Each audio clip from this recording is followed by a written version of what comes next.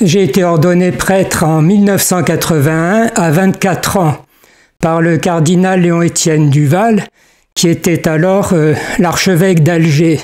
J'ai grandi en Algérie et c'est lui qui m'avait envoyé au séminaire français à Rome pour mes études. J'ai fait d'ailleurs dans la foulée mon doctorat à la Grégorienne. Et puis je suis rentré servir en Algérie une dizaine d'années et je suis retourné en France en 1992. Pendant quelques années, j'ai été professeur dans les séminaires et puis ensuite aumônier de marine et dans l'aumônerie militaire. Et maintenant, je suis retiré en Eure-et-Loir. J'ai donc eu un ministère surtout comme l'on dit, d'évangélisation de plein vent, en même temps que de soutien et d'accompagnement de petites communautés chrétiennes d'occasion, sur un fond de contemplation et d'intercession. Ce que vous allez entendre là, ce sont les 9 chroniques que j'ai faites sur Radio Espérance à partir du livre de Florian Boucanceau, « Es-tu prêt, il revient », que j'ai trouvé très intéressant et vraiment pratique pour retrouver les textes et les thématiques importantes de ce sujet des événements de la fin. J'aurai l'occasion sans doute de réagir au fur et à mesure des vidéos qu'il mettra en ligne. Bonne écoute.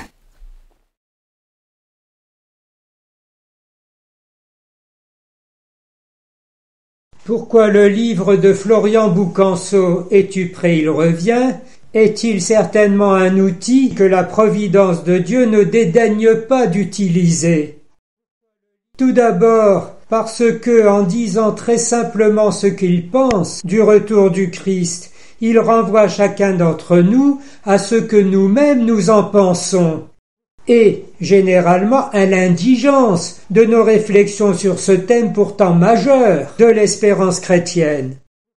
Ensuite, parce qu'il a l'intérêt de rassembler, si l'on peut dire, toute la documentation, tous les textes importants de l'écriture, de la tradition du magistère, mais aussi des révélations privées qu'il passe au crible de son ressenti sous le regard du Seigneur et dans la répercussion des énormes signaux qui nous viennent actuellement du monde. Enfin et surtout, parce qu'il expose avec simplicité l'absolue certitude qui est la sienne, que les événements de la fin comporteront une période significative de paix universelle, de profond renouveau spirituel, que l'on pourra appeler le royaume de Jésus-Christ sur la terre, manifestant sa présence au milieu des siens et attirant à son cœur la multitude des nations. Cette modalité, qui ne sera pas encore le jugement dernier, il la voit comme un peu analogue à ce que les disciples ont vécu avec le Seigneur pendant les 40 jours entre la résurrection du Christ et l'ascension. Une présence par intermittence, plus ou moins latente ou évidente, culminant dans les sacrements et l'Eucharistie. Présence par laquelle il les familiarise déjà à la vie avec Dieu, promise pour l'éternité, et les prépare à la suite et la fin des événements. Et donc, pour ma part, j'ai voulu donner le cadre général de l'eschatologie théologiquement sûr, dans lequel je reçois tout ce qu'il dit, pour me permettre à moi-même, ainsi qu'à tous ceux qui ont écouté les quelques chroniques que j'ai faites sur Radio Espérance et ici reprises en un seul entretien, de savoir qu'en réfléchissant aux nombreux thèmes qu'il aborde, on n'est pas dans un champ de sable mouvant, mais bien sur le rocher du mystère du Christ. Et de fait, sur la chronologie des origines, sur le mystère d'Israël, sur l'entrée des Juifs dans l'Église, sur l'apostasie généralisée, sur la mort et la résurrection de l'Église, sur le grand avertissement, sur les 3 jours de ténèbres, sur l'Antéchrist, sur l'évangélisation universelle, sur le relèvement de la France, Il faudrait prendre le temps de réfléchir pour se dire finalement devant ce que lui-même affirme, moi, qu'est-ce que j'en pense? Et étoffer ainsi, enrichir, comme il dit, notre amoureuse attente de l'avènement de Jésus-Christ. Ce qui est l'inverse de tous les millénarismes, car c'est bien la sécularisation ambiante qui empêche notre foi surnaturelle de s'épanouir en joyeuse espérance et puissant engagement. Nous allons avoir à partir d'aujourd'hui un certain nombre de chroniques pour tracer le cadre théologique sûr de l'eschatologie en général et du retour du Christ que nous professons dans le Je crois en Dieu. Et nous le ferons en utilisant le livre de Florian Boucanceau, publié en 2020 et que j'avais gardé sous le coude en me disant il faudrait y revenir, puisque ce livre, au titre hautement significatif, Es-tu prêt, il revient, a entre autres l'immense intérêt de rassembler tous les textes importants de l'écriture, de la tradition, du magistère, ainsi que les révélations privées les plus intéressantes sur le sujet. Et encore, ne se présente-t-il pas comme une sorte d'anthologie, mais comme le partage d'un catholique croyant fervent qui a Jésus dans sa vie quotidienne, puisque c'est l'un de ces innombrables convertis que Jésus est allé chercher, ou plutôt rattraper et sauver, lorsqu'il était footballeur en première division. Ça ne s'invente pas. De sorte que, taraudé par cette certitude intérieure du retour du Christ, il a essayé de comprendre de quoi il s'agissait et nous partage le fruit de ses recherches et sa splendide espérance. En tout cas, le matériau est là sous la main et nous allons en profiter. Quoi qu'il en soit, nous sommes donc bien dans le registre du soutien fraternel, où nous échangeons sur ce qui nous tient à cœur, en même temps sur ce qu'il nous semble qui est en train de se passer, pour nous entraider à le vivre le mieux possible, c'est-à-dire selon la volonté de Dieu et dans la fidélité à sa grâce. Et là, saute évidemment aux yeux la marge, pour ne pas dire l'inversion totale, entre la position des premiers chrétiens et la nôtre. Les premières générations des chrétiens dans l'Antiquité avaient cette conviction que le retour du Christ était imminent, et leur vie entière s'organisait autour de cette magnifique espérance. Et nous, l'affaire a été réglée en 2 temps 3 mouvements, et nous n'attendons plus rien, sinon l'ultime seconde le plus tard possible, où ce sera fini pour nous, et où il sera vainqueur tout en tous. Ce n'est donc pas notre problème. Sans nous rendre compte que nous avons ainsi épousé la même attitude que les épicuriens devant la mort, nous n'en avons pas peur, puisque quand elle est là, nous ne sommes pas là, et quand nous sommes là, elle n'est pas là. Totalement imbibé de la sécularisation, vivant et servant un monde sans Dieu, où nous tâchons quand même de faire belle figure pour que la foi professée de nos lèvres nous soit un sésame qui nous ouvre le ciel. Tout ça pour dire qu'il y a un vrai sujet et qu'il est important d'y réfléchir. Pour rester sur ce simple exemple des délais, on dit assez légèrement que dans les 2 lettres aux Thessaloniciens, saint Paul se trompe grossièrement, puisqu'il a cette expression « nous qui serons encore vivants lors du retour du Seigneur, nous ne devancerons pas ceux qui sont morts ». Et on n'ose pas trop taxer le Seigneur Jésus lui-même d'une erreur semblable, puisqu'il dit dans ses discours eschatologiques: cette génération ne passera pas que tout n'arrive. Bien sûr, on reconnaît qu'il parlait à la fois de la destruction du temple et de son retour dans la gloire, mais tout de même, il faut bien avouer qu'exégètes et théologiens n'ont pas manqué pour prétendre que peut-être le rabbi Yeshua n'aurait pas eu l'idée de fonder une église qui après lui durerait tant. Il est donc très intéressant, plutôt que ces élucubrations farfelues, d'avoir deux textes cités par Florian Boucanceau dans son livre, où Jésus s'explique de cela à Maria Valtorta dans les cahiers de 1943 et 1948. D'abord, à propos de la prophétie en général. L'œil de mon serviteur voit avec mon œil. Vous, au contraire, vous voyez avec le vôtre, de sorte que mon serviteur parle ou répète en mon nom, et ce que vous croyez déjà passé peut être un événement encore à venir.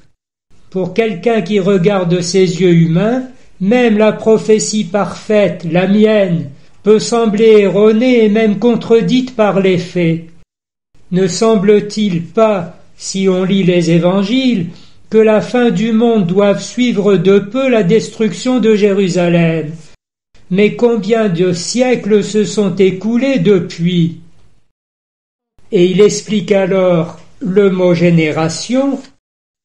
S'il est vrai qu'à la fin des temps, la foi sera devenue rare, puisque peu auront su persévérer jusqu'au bout et résister aux doctrines des faux prophètes, des antéchrists ou des fils de Satan, comme vous préférez, il est tout aussi vrai que la foi en moi ne sera pas morte et que l'on croira en moi sur tous les continents.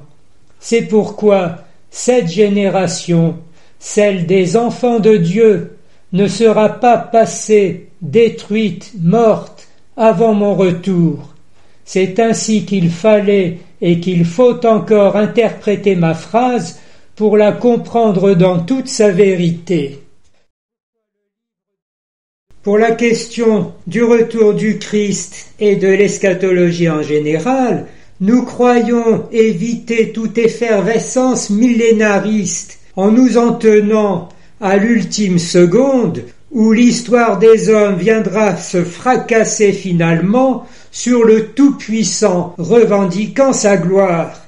Or, c'est précisément cette caricature qui n'est pas du tout catholique. Nous l'avons déjà évoqué en faisant le parallèle avec l'attitude des épicuriens matérialistes devant la mort. Nous ne nous rencontrons jamais, puisque quand elle est là, nous n'y sommes plus, et quand nous sommes là, elle n'y est pas encore. Méthode insidieuse finalement pour des âmes sécularisées, si nous la projetons à l'échelle de toute l'histoire du genre humain, pour se débarrasser d'une ingérence divine dans notre monde. Nous ne serons jamais millénaristes. Reste alors de la foi surnaturelle, la sainte résignation qu'à un moment donné les rênes nous soient reprises pour être rendues au Maître, ce qui, tout bien pesé, nous conviendra bien. Mais est-ce cela l'espérance théologale? Certes, l'analogie entre notre carrière terrestre qui se termine par la mort et le jugement particulier et la marche générale de l'humanité qui s'achève par le retour du Christ et le jugement dernier est tout à fait légitime et pleinement validée, à commencer par les évangiles qui font retentir avec insistance l'invitation à veiller et à persévérer même jusqu'au bout de la nuit, puisque nous ne savons ni le jour, ni l'heure, ni le comment. Quand il viendra comme un voleur nous ligoter et disperser nos dépouilles, et, comme le roi dont la majesté éclairera le ciel et la terre d'un bout à l'autre, pour rassembler les nations dans la vallée du jugement. une endurance dans l'attente tellement nécessaire que le Seigneur la soutient tantôt en nous attirant aux merveilles de ses biens. Heureux ces serviteurs que le Maître à son arrivée trouvera à veiller. En vérité, je vous le dis, il les fera mettre à table et passant de l'un à l'autre, il les servira. Et tantôt, par la menace, mauvais serviteur qui n'a pas gardé la consigne de son Maître, jetez-le pieds et poings liés dans les ténèbres extérieures, là où il y a des pleurs et des grincements de dents. Mais le Fils de l'homme, quand il viendra, se demandait Benoît XVI douloureusement avec Jésus, trouvera-t-il la foi sur la terre? L'analogie entre notre destinée personnelle et la marche de l'histoire universelle se retrouve ensuite chez les pères de l'Église massivement. On l'a aussi dans saint Thomas, en tout cas avec celui qui a compilé les dernières questions du supplément de la Somme théologique. Et c'est un courant classique, on pourrait dire commun, de toute la vie spirituelle. Le thème subit d'ailleurs à notre époque, comme beaucoup d'autres, un certain glissement à Vatican II, où il devient le cadre de la réflexion conciliaire, le cheminement du peuple de Dieu avec le genre humain dans l'histoire. Et curieusement, le terme de la marche se dissipe, semble-t-il, dans les brumes inconnues de ce qui ne nous appartient pas, sauf quelques repères solides qui émergent encore, avec des silhouettes presque inquiétantes d'arbres en hiver, auprès desquels on ne s'attardera pas. Or justement, qui dit analogie dit ressemblance et dissemblance plus grande encore. Autant les plus fervents d'entre nous préparent leur mort, pensons à l'exercice de la bonne mort que saint Jean Bosco faisait faire à la racaille de Turin pour la sanctifier. Autant la plupart d'entre nous et l'Église elle-même, dans son action et son discours officiel, ne donne pas vraiment le sentiment d'être aimanté sur le retour du Christ, ni se consacrer à hâter l'établissement de son royaume sur la terre, par la mise en œuvre des moyens dont elle a été dotée pour cela, alors qu'elle le proclame quotidiennement au cœur de l'Eucharistie à la suite de saint Paul. Chaque fois que vous mangez ce pain et buvez à cette coupe, vous annoncez la mort du Seigneur jusqu'à ce qu'il vienne. Pas plus qu'elle n'exhorte à temps et à contre-temps les fidèles laïcs et tout particulièrement les pères et mères de famille, les poussant urgemment à instaurer ici-bas le royaume du Christ contre toute forme de sécularisation et à tous les niveaux de l'activité humaine par les institutions qui donnent aux sociétés une forme telle qu'elle facilite le salut des âmes et la manifestation de plus en plus claire de ce glorieux avènement. Mais non, alors que Jésus nous recommande l'attitude inverse et l'intelligence de la situation. Je vous le dis d'avance pour que lorsque cela arrivera, vous sachiez que je vous l'ai dit. En vérité, des gens comme Boucanceau semblent beaucoup plus conséquents lorsqu'ils cherchent à retrouver cette évidence ravie de nos premiers aînés et qu'ils essayent de savoir où nous en sommes. Seulement voilà, la peur de nous tromper nous paralyse. Mais il faut y aller avec foi, humilité et confiance, puisque c'est l'enjeu décisif. Pourquoi donc avons-nous commenté longuement la Mystici Corporis Christi de Pie XII, sinon comme une préparation d'artillerie pour être convaincu, outre la sûreté de la révélation et du magistère, de la richesse de la vie chrétienne de tous les baptisés, et la confiance dans l'aide que Jésus nous apporte les uns par les autres. L'accès à tout ce qui concerne le retour du Christ, pour pouvoir s'orienter, c'est le cas de le dire, puisqu'il doit venir à l'Orient, selon la prophétie de Zacharie, au 1er chapitre de l'Évangile selon saint Luc, soleil levant qui vient nous visiter, est compliqué par un ensemble d'inexactitudes et de malentendus qui se nouent en une spirale à double hélice, puisqu'elle concerne tant le contenu que le vecteur du message, et nous entraîne immanquablement dans un cercle d'autant plus vicieux que notre forme de pensée est plutôt dialectique, avec, presque par automatisme, l'affirmation d'une position qui se double de la néantisation de la position inverse.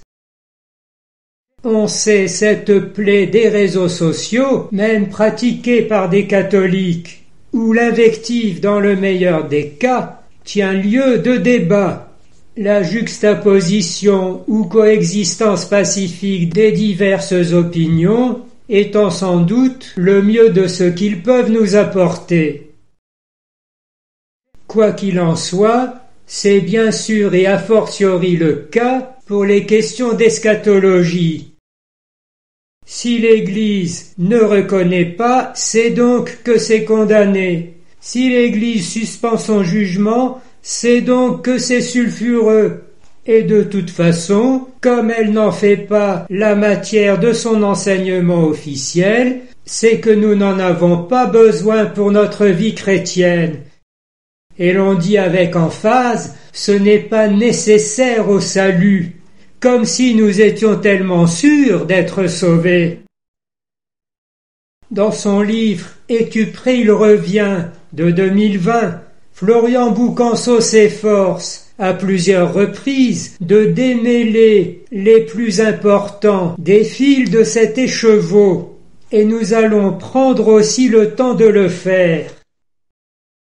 En introduction de la 3e partie intitulée « Mais comment ne reconnaissez-vous pas ce temps-ci » Luc 12, 56. Il dresse, pages 106 et 107, un petit tableau de la situation, en évoquant d'abord l'analogie dont nous avons parlé, histoire de bien faire comprendre que tous sont concernés.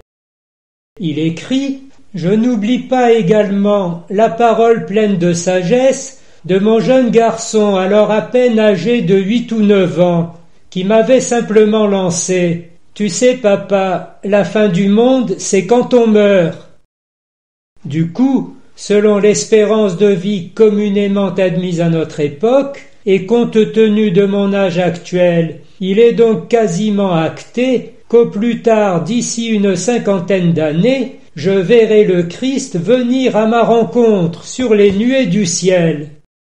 Cette certitude suffit à me réjouir pleinement, mais, comme le dit mon épouse, il y a quand même bien une génération qui le verra ce retour. Pourquoi ne serait-ce pas la nôtre?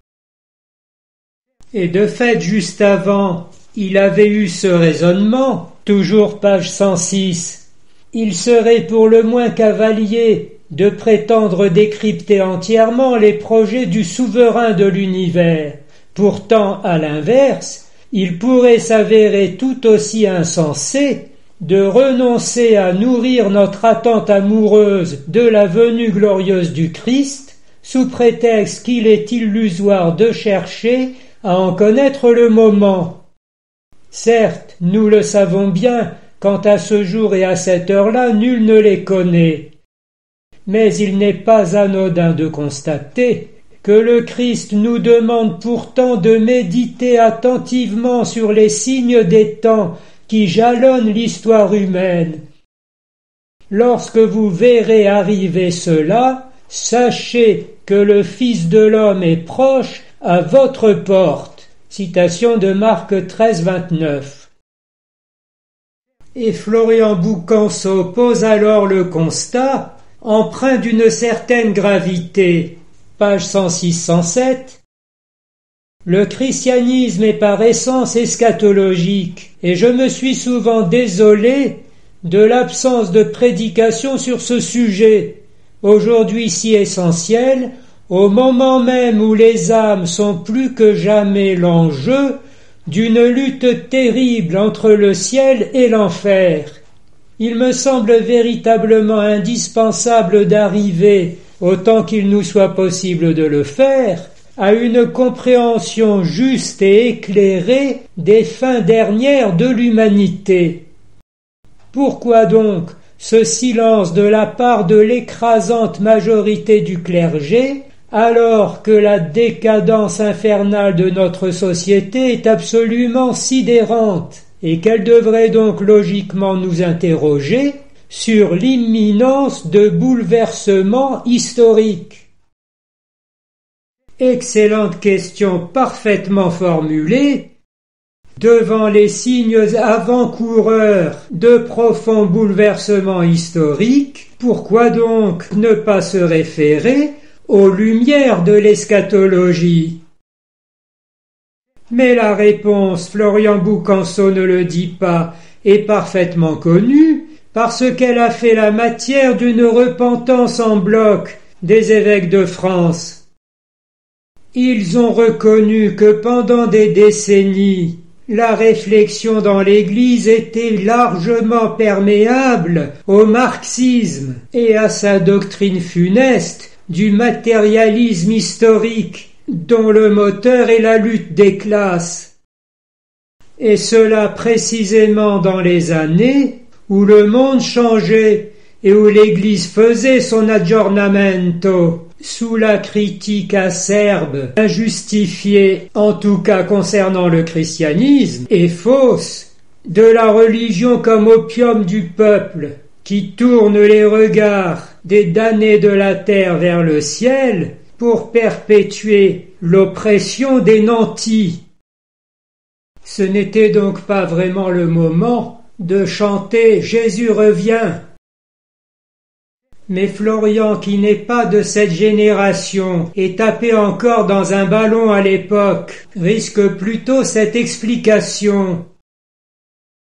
La réponse tient peut-être dans le fait, page 107, que les interventions directes du ciel, ayant pour principal but de nous avertir, ont été ou sont bien souvent mises sous le tapis, et que les mystiques et autres prophètes sont comme qui dirait bâillonnés. L'accueil réservé aux révélations privées est trop souvent suspicieux, voire malveillant, et peu nombreux sont les prêtres et fidèles qui leur accordent du crédit.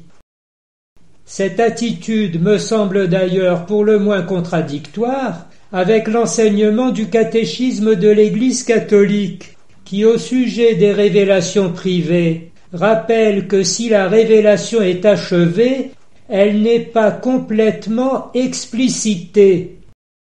Au fil des siècles, il y a eu des révélations dites privées.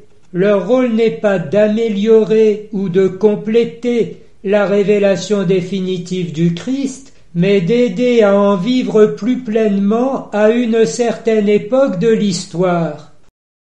Guidé par le magistère de l'Église, le sens des fidèles sait discerner et accueillir ce qui, dans ces révélations, constitue un appel authentique du Christ ou de ses saints à l'Église. Catéchisme de l'Église catholique numéro 67.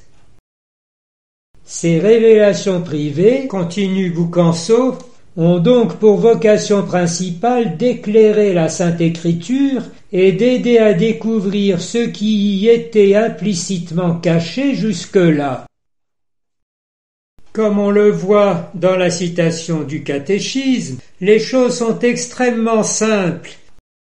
Pour sa marche dans l'histoire, le peuple de Dieu est doté de deux instances qui ne sont ni parallèles ni concurrentes, dont la distinction n'est pas une distinction de degré qui permettrait à la supérieure d'engloutir l'inférieure, qui peut le plus, peut le moins, mais une distinction de nature qui les ordonne l'une à l'autre.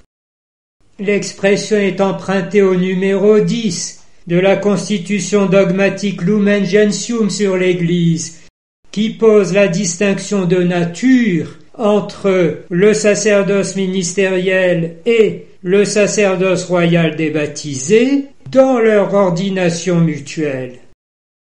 Appliquée ici au magistère et au sens de la foi des fidèles, comme étant les deux instances distinctes et complémentaires de l'interprétation de la révélation.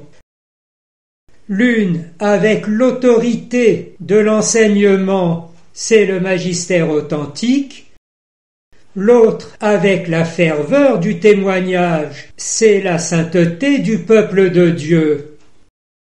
En revanche, la Sainte Écriture et la tradition sacrée sont les deux sources du dépôt de la révélation, qui ne scandent pas la marche du peuple de Dieu à travers l'histoire, mais constituent le fondement de sa vie, de son être et de sa mission.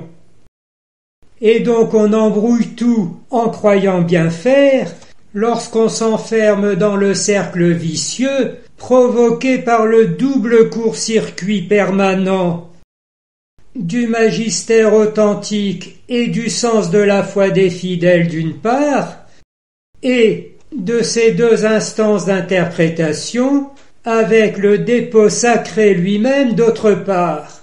Soit de façon grossière, il n'y a pas de définition du magistère, donc sur cette question on peut dire ce que l'on veut, ou alors, puisque le magistère a parlé, plus personne n'a rien à dire, ou de manière plus fine sur le mode pharisaïque, de rappeler toutes les 5 minutes qu'il s'agit de révélation privée et non pas du dépôt sacré de la révélation, comme si cela n'était pas évident, puisque tout le monde sait que la révélation est clôturée avec la mort du dernier apôtre.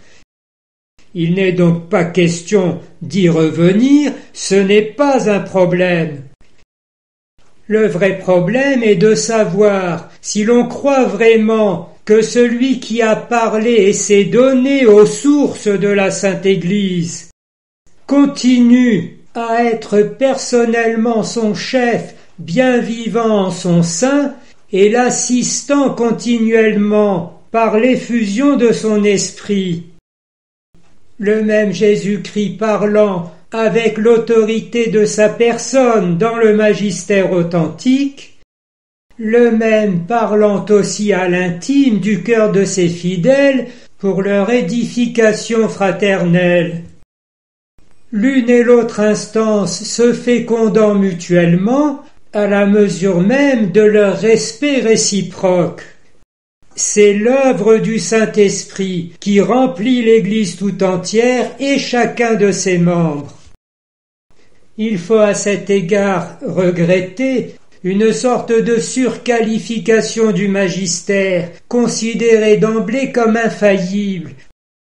On en a un petit écho, page 105, lorsque Boucanceau prévient « De manière évidente, en tant que fils de l'Église catholique, apostolique et romaine, je soumets entièrement ma pensée à la lumière du magistère infaillible, boussole indispensable pour oser s'approcher sans risque du mystère eschatologique. » Alors qu'il n'exerce le charisme d'infaillibilité que rarement et dans des conditions extrêmement précises.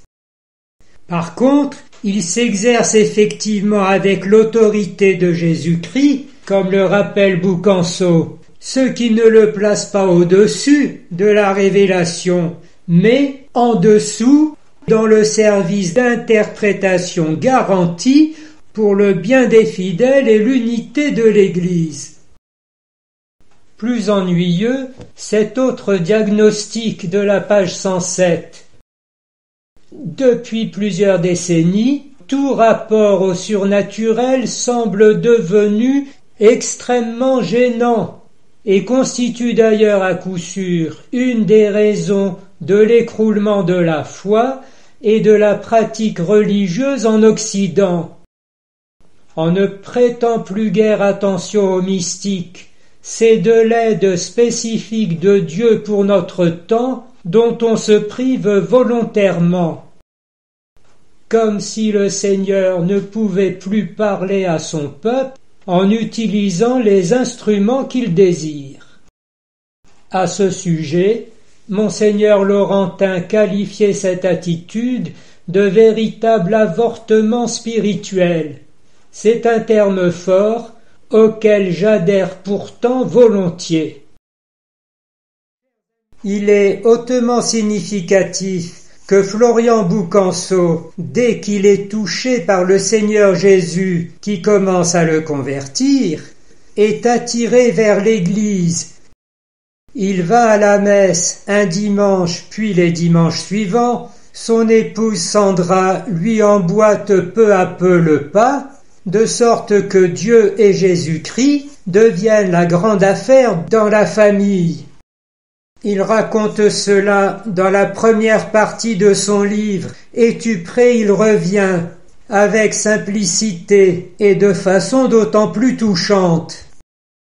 On lit et on discute énormément de religion et de la marche du monde et on dévore vidéos et entretiens sur Internet, bien conscient d'avoir à exercer un discernement de mieux en mieux au fur et à mesure de l'avancée du Seigneur dans leur cœur. Car ils se préparent à recevoir la confirmation, leur petit de 8 ans déjà est baptisé, et finalement, ils se marient à l'église. Non sans avoir été aiguillonnés par la puissance des 10 commandements, comme quoi ils doivent toujours faire partie de la prédication commune de l'Église. Il est remarquable en effet que les réponses aux plus grandes questions qui taraudaient Florian depuis des années lui sont venues non pas des homélies du dimanche, mais de sa cueillette tous azimuts sur Internet, un peu comme dans la parabole évangélique. On lance le filet, oui c'est la traduction exacte du net anglais, et on le ramène rempli de toutes sortes de poissons, on s'assoit et l'on fait le tri pour garder les meilleurs et rejeter les mauvais. Et là encore, soulignons la réponse à la question du mal par le témoignage d'un intervenant sur le péché originel, sur la tentation par Satan et le combat qu'il mènera jusqu'au bout, quoique déjà vaincu, et surtout les splendeurs de la vie éternelle dans l'au-delà.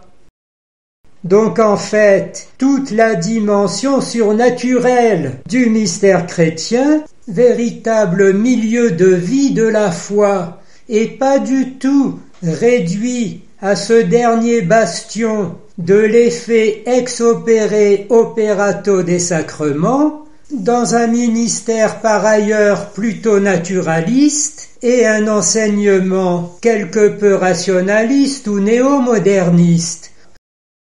En tout cas, illustration magnifique dans le cheminement de Florian Boucanceau de cette ordination mutuelle et complémentarité de la hiérarchie et des fidèles pour l'œuvre d'évangélisation et du témoignage chrétien. Florian y insiste d'ailleurs, c'est avec ces intervenants qu'il a trouvé les discours unissant la dimension spirituelle et la dimension existentielle réelle concrète de nos vies, qui l'ont magnifiquement éclairé et profondément nourri dans l'édification de sa nouvelle vie en Jésus-Christ.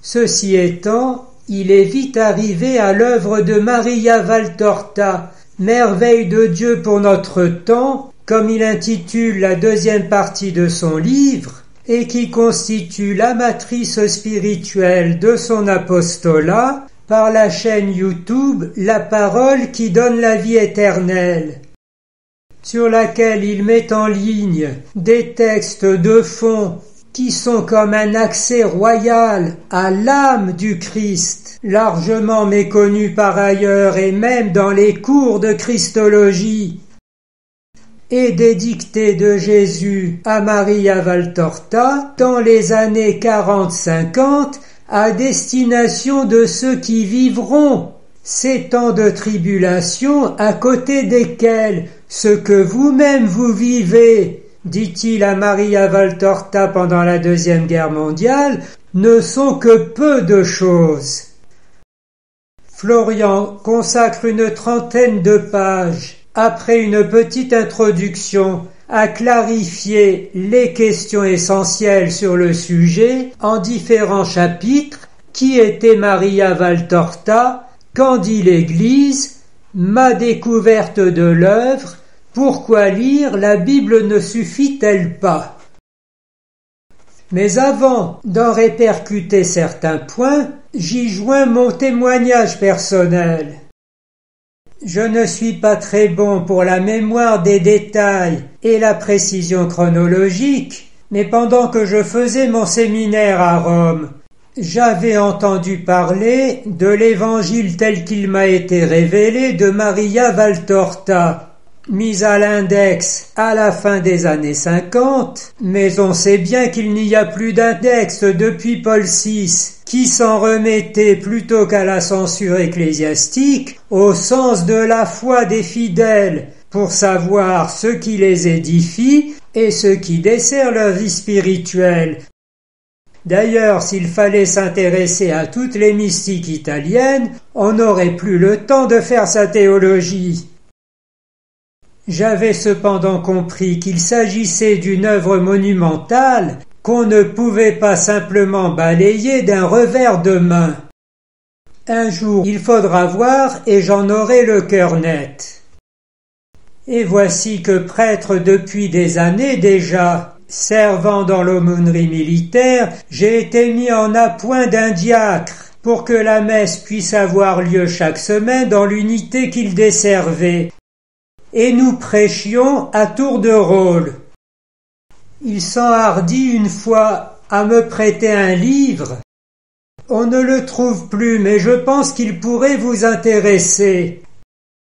C'était celui des révélations de Jésus à Monseigneur Ottavio Michelini dans les années 70 sur l'état de l'Église. Tandis que de mon côté, je me disais, ce diacre a la foi, j'allais dire méchamment pour une fois, et je l'ai interrogé sur la justesse de la connaissance qu'il avait de la personne du Christ et de son âme. Et il m'a dit avec un bon sourire un peu malicieux, « Oh, vous savez, moi je prêche toujours à partir de Maria Valtorta. » À propos de Maria Valtorta, je voulais aussi dire que pendant ces 2-3 ans où je servais auprès du diacre, lecteur assidu de l'œuvre, j'habitais providentiellement auprès de ma maman qui allait bientôt achever sa carrière terrestre. Et voici qu'une promotion était faite pour l'achat des 10 tomes de l'Évangile tel qu'il m'a été révélé. Je les ai achetés et après avoir fait quelques sondages pour être sûr qu'il n'y avait pas danger pour la foi, j'ai proposé à ma mère de se plonger dedans. J'ai assisté à une ascension spirituelle qui m'a profondément réjoui. Des points d'achoppement étaient devenus pour elle des évidences lumineuses. Et elle est finalement morte vers le premier tiers du 4e tome. Après cela, j'ai moi-même lu les 10 tomes d'un seul trait, et j'ai compris ce qui l'avait littéralement happé vers les hauteurs. L'union totale de l'âme de Jésus-Christ avec l'âme de sa mère. mystère qui resplendit à chaque page, dans lequel elle s'était projetée tout simplement un héroïque oubli de soi, afin de ne surtout pas gêner mon ministère, mais de l'épauler par son offrande. Elle n'a donc pas eu le temps de lire ici-bas le récit de l'apparition de Jésus à sa maman dès la résurrection, ce qu'elle m'avait toujours soutenu, mordicus, de même que j'ai découvert dans les autres écrits, grâce à Boucanso, cette autre conviction qu'elle avait, d'une période de paix qui serait le commencement du royaume du Christ ici-bas, sur la terre, dans les premiers événements de sa manifestation glorieuse et de son retour. Tout ça pour dire qu'étant tombé sur la chaîne YouTube de Florian Boucanso, La parole qui donne la vie éternelle, je guettais les nouvelles vidéos ou dictées qu'il mettrait en ligne, éclairant la marche d'événements qui n'allait pas tarder à s'accélérer, en étant de plus en plus significatif. Dans son livre Es-tu prêt, il revient. Il rappelle, page 73, avec un brin d'humour, qui était Maria Valtorta. Vous aurez déjà une petite idée du personnage, écrit-il, une fois que je vous aurai dit que Maria Valtorta était d'abord une catholique, simple fidèle fervente, mais ayant la particularité peu commune d'avoir passé les 27 dernières années de sa vie clouée au lit, grabataire, avec la souffrance pour compagne quotidienne. C'est que la demoiselle de 34 ans, dans un brûlant désir d'amour pour son Seigneur, s'était généreusement et librement offerte à la justice divine, âme victime par excellence pour expier les péchés du monde, sublime et si profond mystère d'une âme saturée de charité, amenée à désirer la souffrance pour le salut de ses frères et sœurs. Rien qu'avec cela, on comprend immédiatement pourquoi l'œuvre est reçue avec une relative défaveur a priori, parce que ce thème de la souffrance et du sacrifice expiatoire, qui est pourtant au cœur de la doctrine catholique de la rédemption et de toute l'histoire de la spiritualité chrétienne, n'est plus vraiment tendance, après des dizaines d'années exténuantes, d'hédonisme de plus en plus vulgaire. Alors qu'à l'inverse, on reconnaît l'écho, bien sûr, du message de Notre-Dame à Fatima ou de Jésus miséricordieux à Sainte Faustine. Sauf que là, c'est carrément époustouflant. C'est à partir de 1943, continue Boucanso, que le ciel répondra à son offrande individuelle par un don merveilleux pour l'Église et donc pour l'humanité tout entière. Depuis son lit de torture et sans aucun autre support qu'une Bible et un simple catéchisme, elle écrivit donc près de 15 000 pages manuscrites d'un seul jet et sans aucune rature, le tout essentiellement en 4 années, s'il vous plaît. Instrument docile, accompagnée spirituellement par un prêtre, elle déclarait recevoir visions, dictées et révélations qui allaient toutes permettre au final la transcription écrite et monumentale de la vie de Jésus-Christ. Il évoque aussi, sans s'y attarder, les découvertes stupéfiantes de scientifiques qui étudient l'œuvre, en particulier de longues descriptions avec une foule de détails qu'ils peuvent vérifier en botanique, astronomie, us et coutumes, histoire, géographie, ethnologie, archéologie, de l'époque et des lieux. On retrouve tout cela facilement sur Internet. On est en réalité en présence d'un phénomène qui est analogue à celui du Saint-Suaire de Turin. D'autant que Florian Boucanso termine sa brève présentation en reprenant, page 100-102, les raisons pour lesquelles Jésus lui-même dit avoir voulu cette œuvre. En plus de la joie de communiquer une exacte connaissance de moi à cette âme victime et aimante. Mais ce qui m'anime, c'est avant tout mon amour pour l'Église enseignante et militante et le désir d'aider les âmes dans leur montée vers la perfection. Me connaître, cela aide à s'élever. Ma parole est vie. Ainsi il énumère: donner aux maîtres spirituels et aux directeurs d'âme une aide pour leur ministère. Connaître exactement la complexité et la durée de ma longue passion. Montrer la puissance de ma parole et ses effets différents, selon que celui qui la recevait appartenait à la troupe des gens de bonne volonté ou à celle des personnes dont la volonté sensuelle n'est jamais droite. Les apôtres et Judas, voilà deux exemples opposés. Vous faire connaître le mystère de Judas, comment on chute en passant de l'état de serviteur et d'enfant de Dieu à celui de démon et déicide qui tue Dieu en eux en tuant la grâce. Pouvez-vous peut-être dire que vous n'en avez pas besoin, vous dont l'esprit est tellement embrumé, sourd, affaibli aux lumières, aux voix, aux invitations d'en haut? En vérité, vous devriez me bénir d'ajouter de nouvelles lumières à celles que vous avez et qui ne vous suffit plus pour voir votre Sauveur.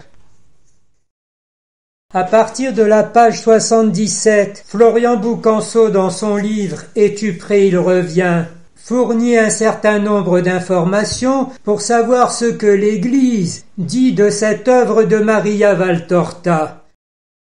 Nous n'y insisterons pas, puisque nous avons déjà compris l'immense impact spirituel, doctrinal et pastoral de tous ces textes dans la période où nous sommes. Mentionnons tout de même la mise à l'index de 1959 à 1966. Il écrit: la motivation essentielle de cette sanction canonique était que la diffusion avait été engagée avant la réception de l'imprimature officielle. A priori, c'est donc plutôt un zèle excessif à vouloir faire connaître cette œuvre qui serait plutôt à l'origine de cette sanction disciplinaire. Il raconte aussi l'audience particulière de Pie XII, le 26 février 1948, après avoir lu ce que lui avaient fait passer 3 religieux dont le père spirituel de Maria Valtorta. Le Saint-Père a dit ceci: « Publier l'œuvre telle qu'elle, il n'y a pas lieu de donner une opinion quant à son origine, qu'elle soit extraordinaire ou non. Ceux qui liront comprendront. » Je suis particulièrement touché par ce jugement parce que c'est exactement ce que j'ai moi-même dit en une autre occasion, non pas sur Maria Valtorta, mais à propos d'un petit opuscule que vous connaissez peut-être, « Ô toi, mon peuple musulman », dont on s'interrogeait en une commission d'experts, entre guillemets, sur son origine éventuellement du Seigneur et sur l'opportunité et les modalités de sa publication. Et j'avais conseillé: il faut le publier sans origine ni nom d'auteur pour que les personnes qui doivent la recevoir reçoivent cette parole en direct. Et c'est ce qui a été fait. Mais plus gravement, Boucanceau rapporte des dictées de Jésus à l'adresse de Pie XII.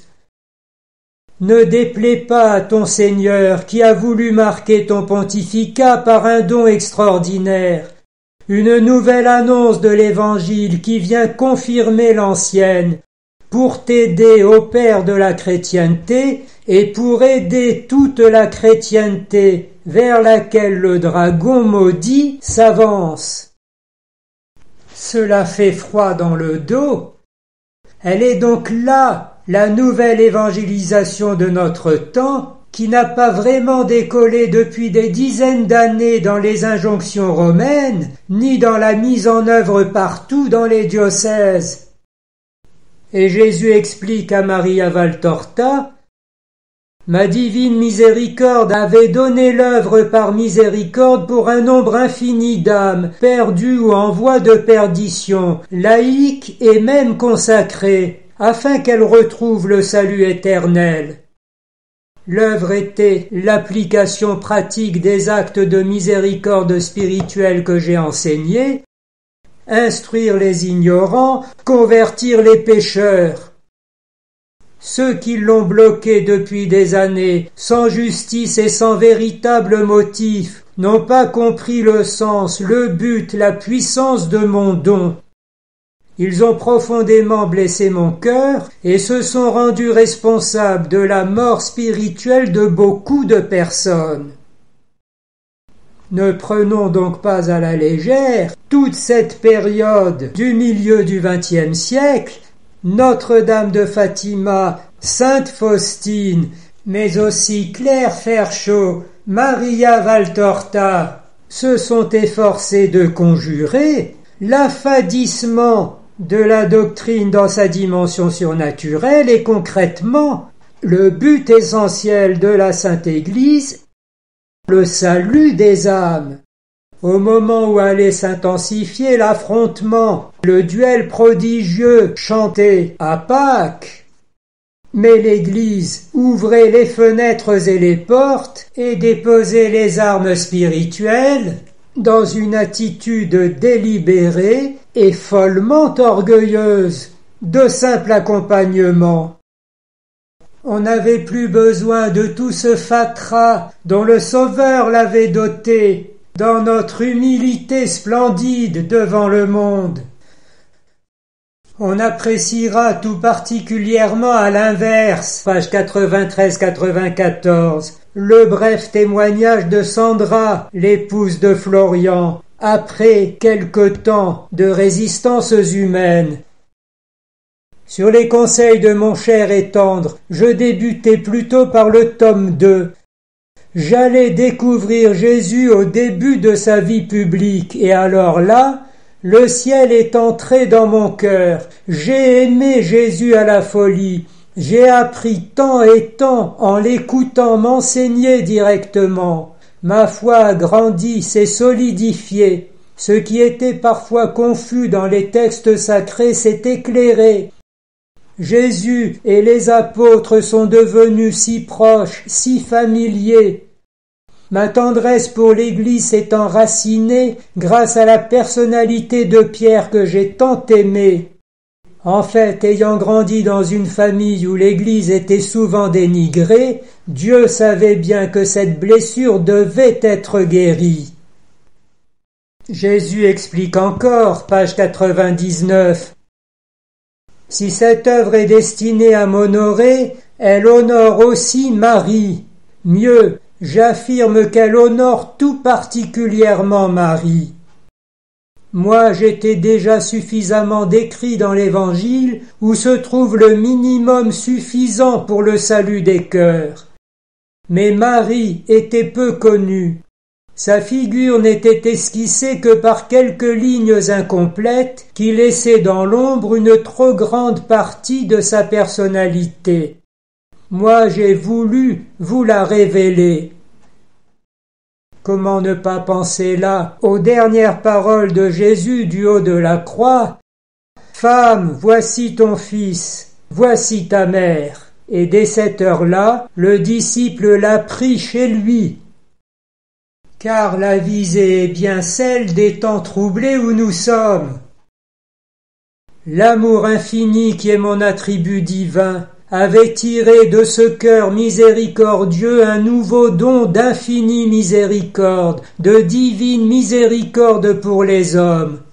L'œuvre, elle devait servir à fortifier dans les esprits les 3 vertus théologales et les 4 vertus cardinales, à donner mon amour, l'exacte mesure de son extension, à ceux qui sont sur le point d'être submergés par la haine de Satan, de l'Antéchrist et de ses serviteurs.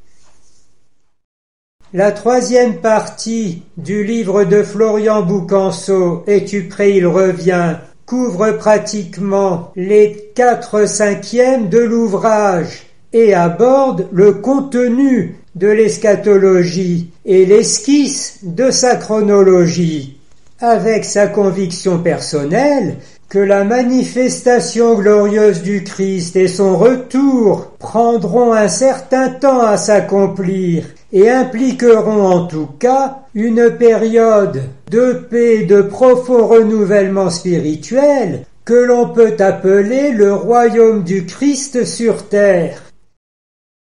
Et là, bien sûr, on dégaine l'accusation de millénariste, on referme le dossier et on en reste tranquillement à notre gestion des affaires du Christ, dont on a suffisamment montré qu'elle était foncièrement sécularisée et en fait bassement matérialiste.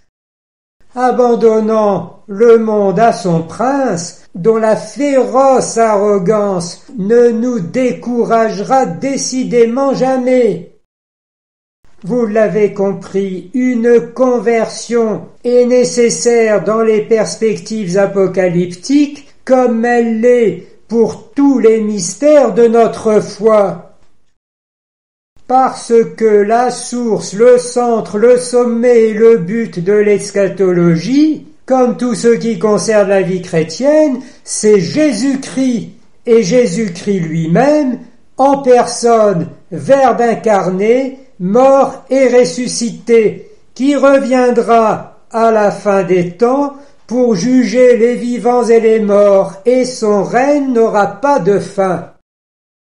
La seule proclamation du credo affirme donc un déroulé de cet établissement de la seigneurie du Christ sur toute humanité depuis sa résurrection et dont nous n'avons pas le décompte année par année des événements de la fin.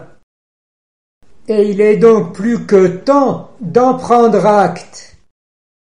Tout pouvoir, dit Jésus ressuscité dans la finale de l'Évangile selon saint Matthieu, m'a été donné au ciel et sur la terre.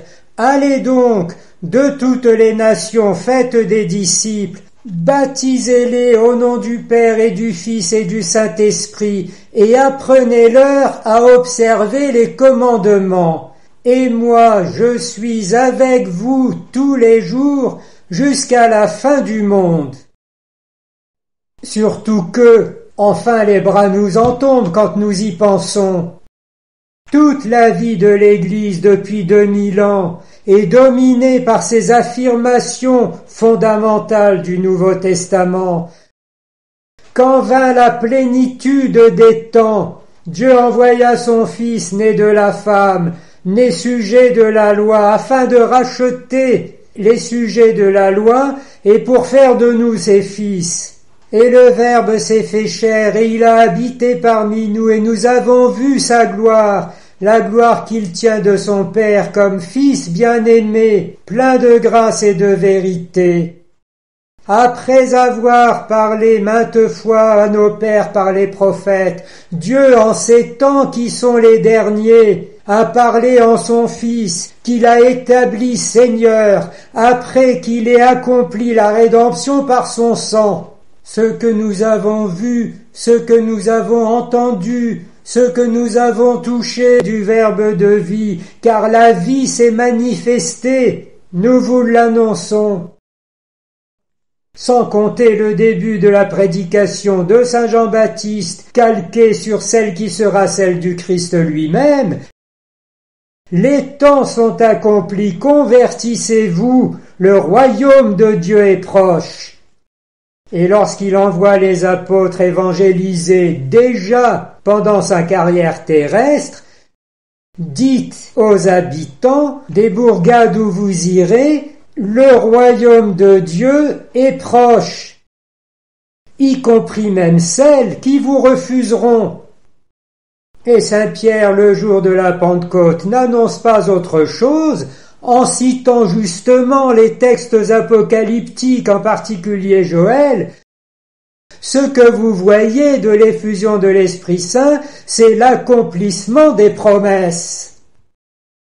Et on reprocherait à Florian Boucanceau et à ceux dont il rassemble les textes dans son livre d'avoir la naïve espérance ou sulfureuse conviction que la manifestation du Seigneur se déroulera dans le temps, alors que depuis 2000 ans, si j'ose dire vulgairement, elle constitue le fonds de commerce de la Sainte Église. Comment l'avons-nous perdu de vue?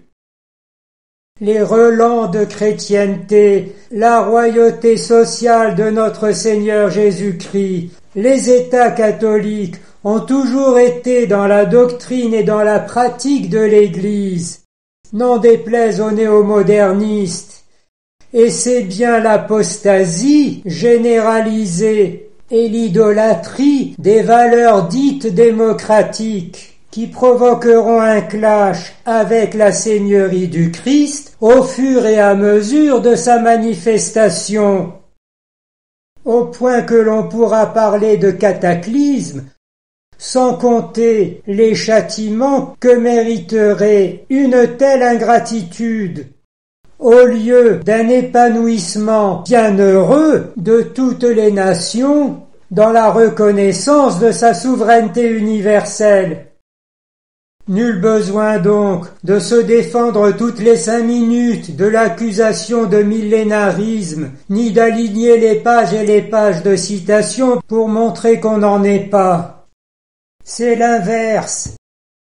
Des millénarismes, le XXe siècle en a connu, pour des hécatombes sans précédent, qui n'étaient que la répétition des millénarismes de plus en plus ouvertement diaboliques, sécuritaires, avec tous les conflits de l'après-guerre qui établissent la démocratie à coups de carpet bombing, sanitaires, sans aucune pitié et tout aussi meurtriers, et maintenant hachoirs à viande à l'est du continent, et depuis massacre d'une totale cruauté sur les terres de l'incarnation. Lointaine réplique des crimes de Pharaon et de Hérode, devenus entre-temps la première cause de mortalité dans le monde. Macabre industrie, effroyablement lucrative. Il ne s'agit pas de faire brutalement le travail pour des lendemains qui chantent. Il s'agit de confesser Jésus-Christ, roi des rois et seigneur des seigneurs, alpha et oméga. Il est, il était et il vient, lui qui règne par son esprit dans les cœurs de ceux qui croient, et ainsi renouvelle la face de la terre. La clé théologique de tout l'arc eschatologique, c'est le déjà et le pas encore. Nous sommes sauvés, mais c'est en espérance. Nous cheminons dans la foi, et non dans la claire vision. Nous sommes déjà ressuscités avec le Christ, mais il nous faut encore mourir. Il est toujours avec nous comme il l'a promis, mais il revient bientôt. Or, la réalisation plénière de cette tension eschatologique de tout le mystère chrétien, vécu ici-bas dans le combat spirituel et en tant que voyageur, pour mériter d'en jouir éternellement dans la demeure de Dieu, s'accomplit dans la célébration du saint sacrifice de la messe et l'Eucharistie. Récapitulation au sens paulinien de l'incarnation, de la passion rédemptrice, de la résurrection et du festin éternel dans la gloire. Au fond, comme les mystères joyeux, lumineux, douloureux et glorieux de notre Seigneur Jésus-Christ, de sorte que c'est là qu'il nous faut prendre l'analogie pour essayer de mieux comprendre le déroulement des événements de la fin, précisément dans leur éclairage pascal, c'est-à-dire de passage de ce monde vers le Père. d'autant que l'Eucharistie inclut les saintes espèces, les apparences du pain et du vin, qui au niveau du Christ personnellement voile et porte la réalité de la présence substantielle de son corps et de son sang, et qui seront au niveau de l'Église et pour chacun d'entre nous à sa mesure, pour tout homme et pour le genre humain selon leur état, cette fois non plus par la transsubstantiation, mais par l'extension de la grâce du Christ dans la puissance de l'Esprit Saint, les espèces tantôt consolantes, tantôt éprouvantes des circonstances de nos vies et la croûte éventuellement dramatique de la marche générale des événements. Mais ce qui est tragique, ce sont nos péchés qui corrompent la civilisation et insultent gravement à l'honneur du Créateur. Espèce donc qui couvre, en même temps qu'elle porte la présence et manifeste, le mystère du Christ, sa présence active, son avènement glorieux et le jugement universel.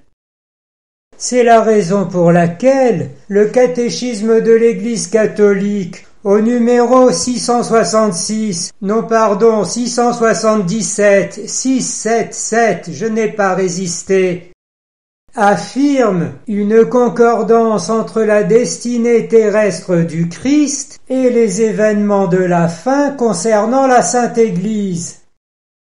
L'Église n'entrera dans la gloire du royaume qu'à travers cette ultime Pâque où elle suivra son Seigneur dans sa mort et sa résurrection. Le royaume ne s'accomplira donc pas par un triomphe historique de l'Église selon un progrès ascendant, mais par une victoire de Dieu sur le déchaînement ultime du mal qui fera descendre du ciel son épouse. Le triomphe de Dieu sur la révolte du mal prendra la forme du jugement dernier après l'ultime ébranlement cosmique de ce monde qui passe. Nous voilà donc partis, ou plutôt entrés, dans une série d'événements visiblement en plusieurs saisons, dont la forme sera essentiellement pascale, en participation, réalisation et accomplissement du mystère du Christ, à savoir duel prodigieux, mort et résurrection. Ce que tout un chacun peut s'essayer à retrouver dans les révélations privées et autres prophéties que Florian Boucanceau cite dans son livre « Es-tu prêt, il revient ?» avec entre autres difficultés, comme on a eu l'occasion de le dire, le fait que les mêmes prophéties, qu'elles soient dans l'écriture ou bien privées, peuvent viser différents événements chronologiquement distincts, puisque tous relèvent ultimement de Jésus-Christ. Il se dégage néanmoins de l'ensemble, deux séquences évoquant chacune une sorte de triduum qui s'enchaînerait un peu comme les charades à tiroir.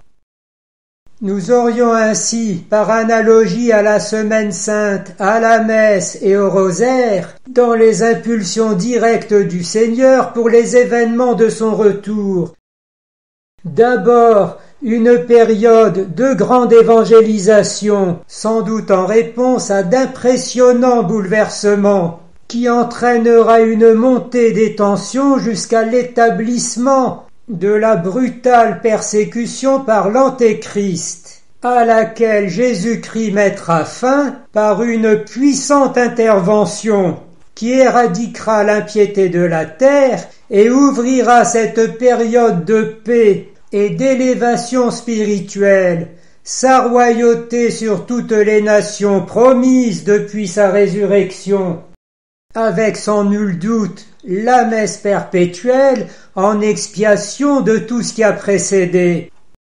Époque dont Jésus explique à Maria Valtorta qu'elle a le double but de familiariser les siens à la vie éternelle en Dieu et de les fortifier en vue des ultimes affrontements qui auront cette fois non pas l'Antéchrist mais Satan comme sujet.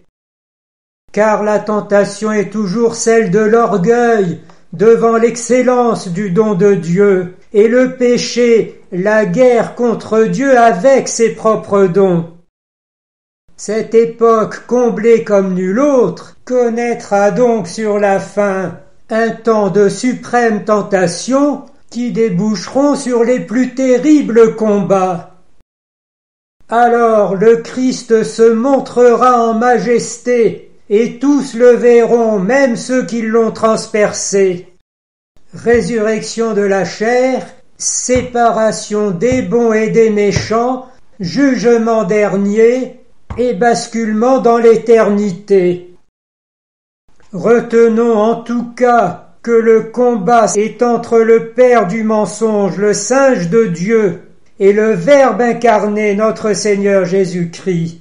Et donc, l'unique enjeu est de garder la foi et de rester dans la vérité sans aucune compromission avec le mensonge qui nous rendrait captifs.